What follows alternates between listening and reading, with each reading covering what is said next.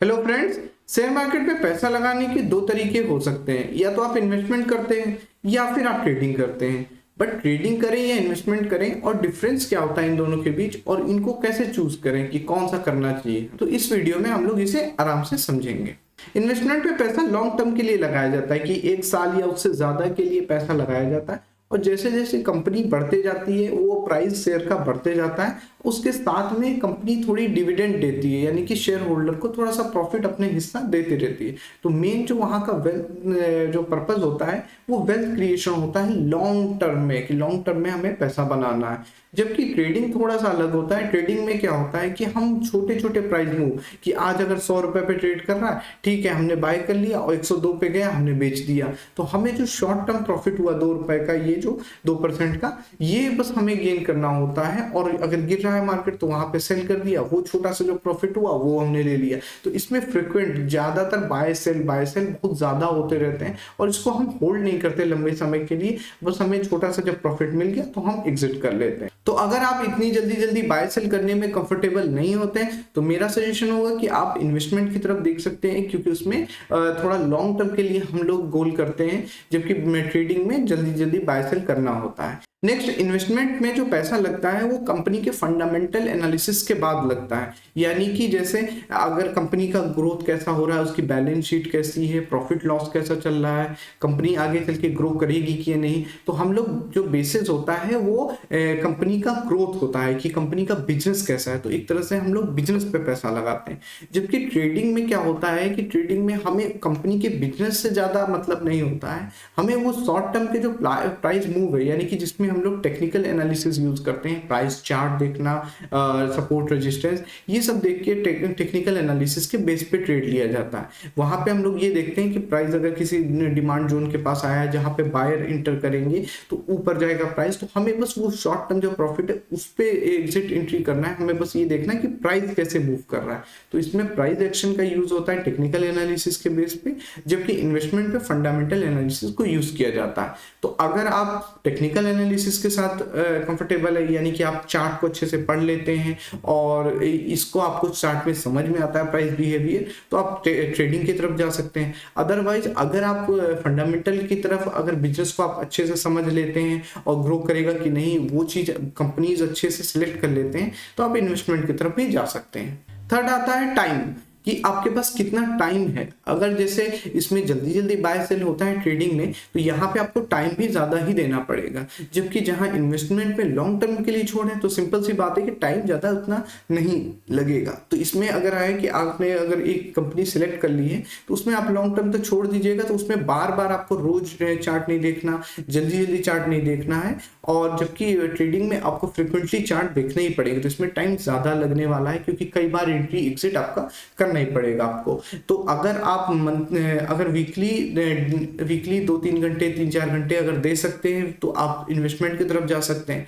Otherwise आप daily basis पे अगर डेली 2-3 घंटा दे सकते हैं तो आप ट्रेडिंग को चूज कर सकते हैं। तो जैसा कि ये टाइम का भी अलग अलग इन्वेस्टमेंट होता है, कि इसमें ज्यादा टाइम लगता है, इसमें कम टाइम लगता है। तो इसी हिसाब से मेंटल प्रेशर की बात करें तो यहाँ पे प्रेशर की बात करें तो यहाँ पे जल्दी जल्दी बाय सेल करेंगे तो इसमें आपको जो मेंटली प्रेशर होगा वो ज्यादा होगा, क्योंकि जैसे सिंपल सी बात है, अगर इन्वेस्टमेंट टाइम की ज्यादा है तो वहां पे मेंटल प्रेशर थोड़ा सा हाई रहेगा आपका।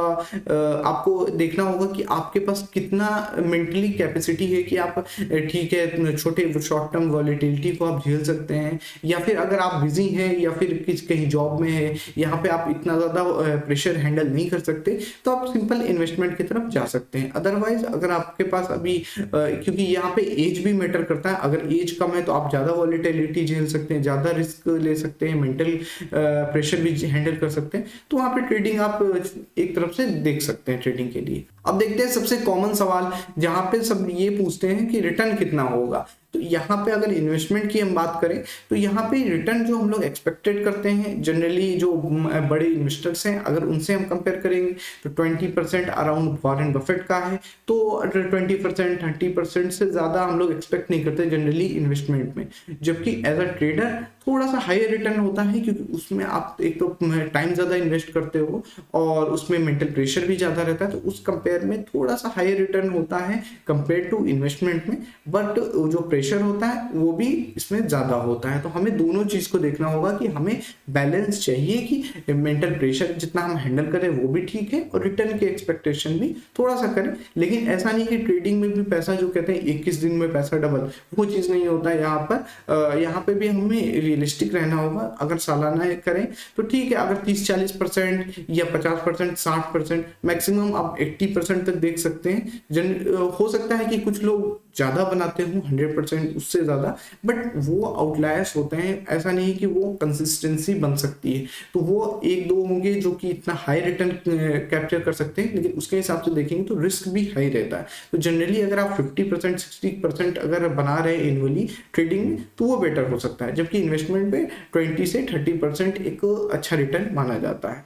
तो ये रिटर्न एक्सपेक्टेशन हो गया। इसके साथ में मेंटल कैपेसिटी और रिस्क को भी हमें जोड़ के तब देखना पड़ेगा कि ये रिटर्न आपके लिए कितना ज़्यादा बेटर होगा और आप कैसे चूज करते हैं। अब बात आती है कैपिटल नीड की, कि कैपिटल की कितनी ज़रूरत है। तो ट्रेडिंग में देखेंगे तो ट्रेडिंग में कैपिटल थोड़ा सा इन्वेस्टमेंट के मुकाबले कम भी अगर लगता है तो भी आप यहाँ से, क्योंकि रिटर्न थोड़ा सा हाई रहता है और जल्दी जल्दी ट्रेड होते हैं, तो इसलिए थोड़ा सा हायर रिटर्न के लिए थोड़ा सा कम कैपिटल में भी यहाँ पे आप चालू कर सकते हैं। अदरवाइज जो इन्वेस्टमेंट की बात है वहाँ पे कैपिटल साइज थोड़ा सा बड़ा लगता है, क्योंकि यहाँ पे रिटर्न कम है, तो उस हिसाब से कैपिटल साइज थोड़ा सा हमें कंपनसेट करना पड़ेगा चालू करने के लिए। लेकिन अगर इनिशियल बेस का है कि शुरुआत कितने से की जाए, तो शुरुआत अगर इन्वेस्टमेंट सीखना है या फिर प्रैक्टिस करनी है तो आप यहाँ पर छोटी अमाउंट 500, 1000 छोटे छोटे अमाउंट से भी एंट्री कर सकते हैं। उसी तरह ट्रेडिंग की मैं बात करूँ तो इसमें एटलीस्ट मैं कहूँगा 5000 रुपीज़ एटलीस्ट सीखने के बेसिस पे आपको आगे जाके इंक्रीज तो करना पड़ेगा। 5000 से 10,000, 20,000 या 1 लाख नहीं बनने वाला, तो उसके लिए आपको पैसा तो लगाना पड़ेगा। अगर दोनों की सक्सेस रेट की बात करें कि कितने % लोग इसमें कामयाब होते हैं, तो सेबी की जो रिपोर्ट कहती है फ्यूचर्स एंड ऑप्शंस पे खास करके 90% ट्रेडर जो होते हैं वो लॉस करते हैं। तो ये चीज़ हमें मानना पड़ेगा कि हाँ, ट्रेडिंग थोड़ा सा हायर रिस्की है कंपेयर टू इन्वेस्टमेंट। इन्वेस्टमेंट में ये रेट जो होता है वो थोड़ा सा ज़्यादा होता है, यानी कि इसमें सक्सेस रेट थोड़ा सा हाई होता है इन्वेस्टमेंट में ट्रेडिंग के मुकाबले। तो इन सारे फैक्टर के हिसाब से हमें चूज करना चाहिए कि हम किस में कंफर्टेबल होते हैं। एट द एंड में हमें कंफर्टेबल होना है कि हम क्या कर सकते हैं। तो अगर देखेंगे इन्वेस्टमेंट के लिए, तो अगर आप लॉन्ग टर्म में कंफर्टेबल है कि हाँ हमें जल्दी जल्दी बाय सेल नहीं करना है, तो इन्वेस्टमेंट की तरफ जा सकते हैं। या फिर आपको प्रेशर थोड़ा सा कम चाहिए तो इन्वेस्टमेंट आपके लिए बेटर हो सकता है। या फिर आपको लो रिस्क चाहिए, लो रिटर्न में भी आप खुश हैं, तो ये सब चीजें अगर होती हैं आपके लिए कंफर्टेबल हैं, तो आप इन्वेस्टमेंट की तरफ आराम से जा सकते हैं। अदरवाइज अगर आपको प्राइस पढ़ना अच्छा लगता है, चार्ट में आप अच्छे से समझ लेते हैं और उसके साथ साथ आपको हाई रिटर्न चाहिए और रिस्क भी आप अच्छा मैनेज कर सकते हैं और मेंटल प्रेशर को भी झेल सकते हैं, तो इन सब के लिए अगर आप कर सकते हैं तो यहाँ पर आप ट्रेडिंग को भी चूज कर सकते हैं। ये डिपेंड करता है कि आप किस तरह से एज अ ट्रेडर या फिर एज अ इन्वेस्टर आप काम कर सकते हैं और लॉन्ग टर्म में सस्टेन कर सकते हैं।